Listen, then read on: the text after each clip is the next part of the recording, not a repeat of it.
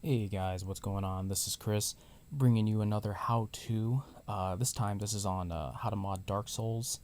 Um, I actually today, the day of this recording, I actually just released an HD texture pack that's going to be listed on the Dark Souls Nexus. And today, what I want to do is I want to show you how to essentially set up the DSfix and how to install textures and essentially how to get Dark Souls to look its absolute best on the PC. We all know that it's a pretty much a raw port from the console, so any little odds and extras are of course going to make the game look better. Um, and of course we'll take whatever we can get. So first thing I want to show you is what you when you first download DSfix. I've heard that some people, when they buy and install the Dark Souls Prepare to Die edition, that some people don't actually have a data folder. Now, if that's the case, what you want to do is you want to locate where your Dark Souls exe is and your Dark Souls data.exe is.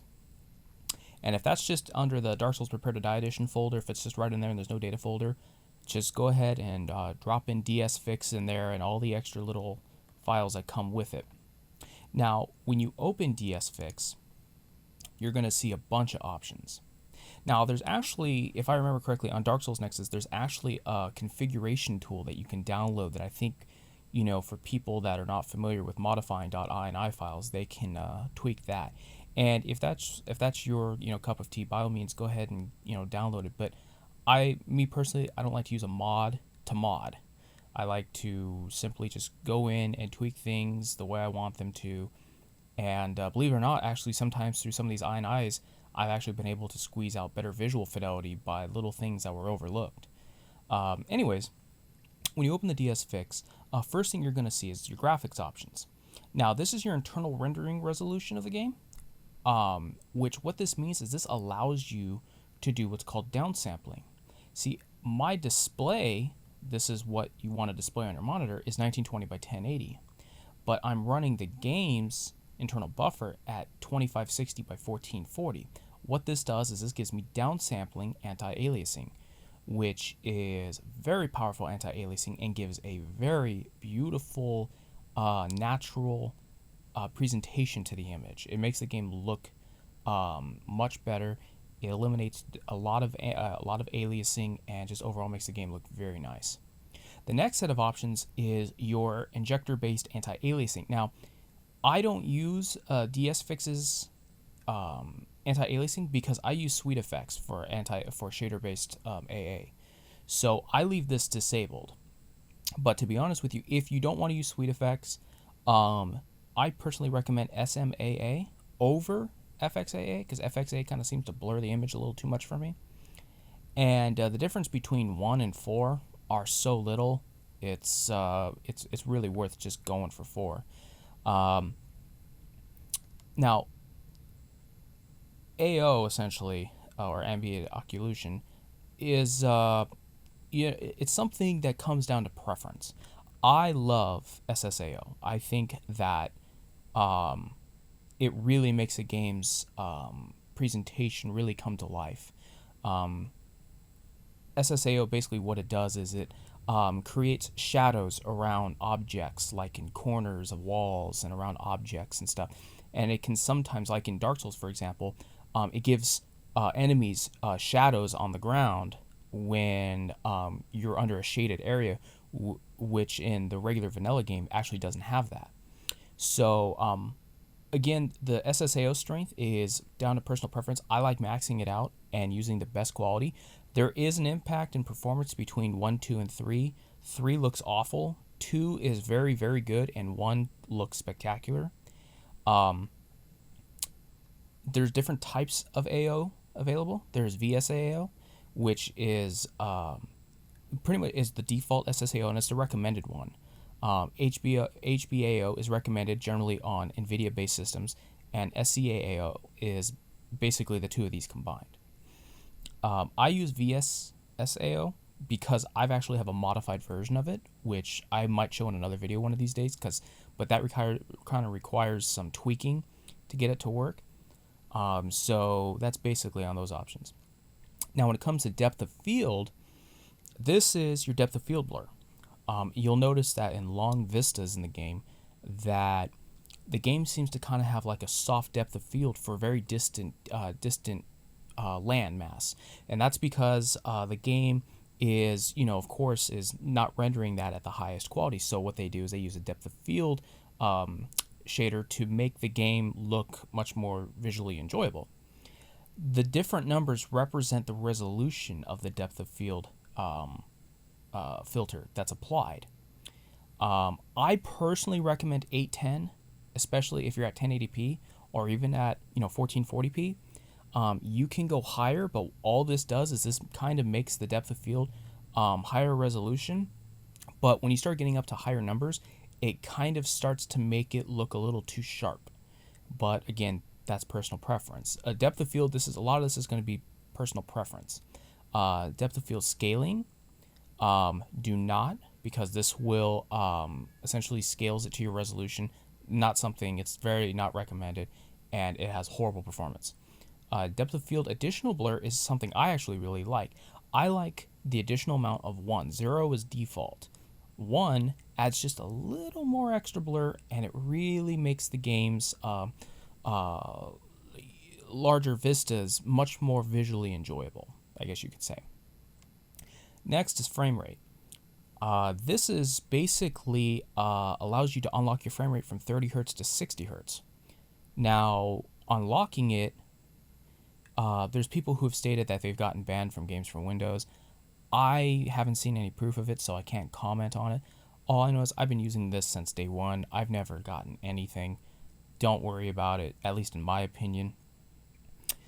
So if you want 60 frames per second, of course, turn this on. Understand that you are essentially going from 30 frames per second to 60 frames per second. You are essentially doubling the load on your GPU. So just to kind of give you a heads up on that.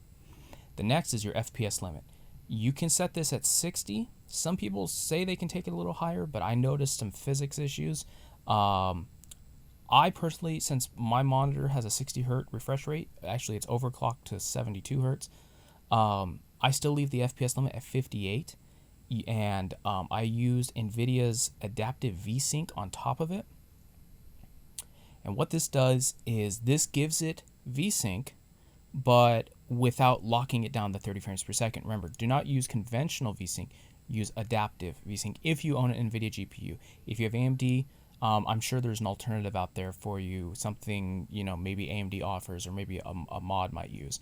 The other thing I will strongly recommend is under your Dark Souls option is to force AF. Essentially, this is texture filtering, and you're going to want this maxed out. It's going to make textures look a lot cleaner, a lot more crisp, and just overall look significantly better. Next is your FPS threshold. I lower mine down to 15. What this does is if your frame rate gets down to 15 frames per second, it's going to disable the AA, and essentially it'll bring back the anti-aliasing once it goes above 15 frames per second. But unless you have a very weak, I shouldn't say weak, but unless your computer is just not up to the task, you generally won't have issues with this. HUD Options allows you to enable simply that, HUD modifications. This toggles these HUD modifications on, like being able to remove your weapon icons, scaling your HUD, and even setting transparency level to them. The problem is with using HUD options is that I notice on boss health bars, it seriously skews them. So I personally don't use them. I use a mod that allows for transparent icons, and that simply fixes that.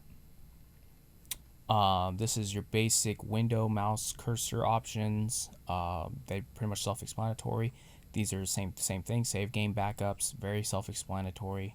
Now, texture overrides is very important. This do not enable unless you are looking to make your own textures. This you want to turn on if you want to add textures from a modder, like I said earlier. I just released a HD texture pack for the game, so if you wanted to be able to use that, you would have to select Enable Textures Override and set it as 1. 0 disables it, 1 is on. Skip the logo intro. I use this, but it's a 50-50. Some people get problems in game when using this, other people don't. I don't get any problems with it, so I leave it turned on and it skips the intro HUD, intro logos and stuff. But if you experience problems with it, any parts in the games, most likely this is the reason why. And a lot of this other stuff is basic things like changing your screenshot directory, override the in-game language. This one is your input DLL chaining. What this allows you to use is if you're using the Dark Souls connection fix, you would put that right here, right after it says dinput 8 DLL wrapper, put in dscfix.dll, and then you can actually put in the ds mouse fix in the Dark Souls connection fix.ini as an additional DLL input. So that way it can use them back to back. That way you can have the mouse fix, the connection fix, and the Dark Souls DSfix. And that pretty much basically is about it for these. Don't mess with these, because even the modder has stated do not screw around with them, essentially.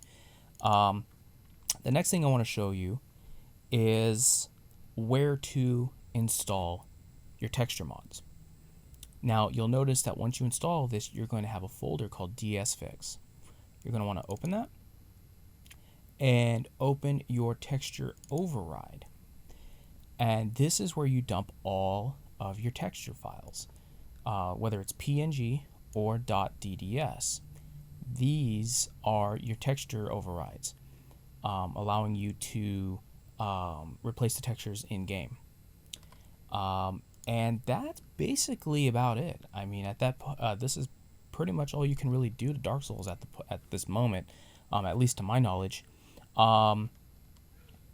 If you are using anything like Sweet Effects, of course you just drag and drop all the content in here, and you can from there tweak all you want to make the game look however you want it to look. Again, I have a Sweet Effects profile on the Dark Souls Nexus if you're interested, or if you need some form of a starting point.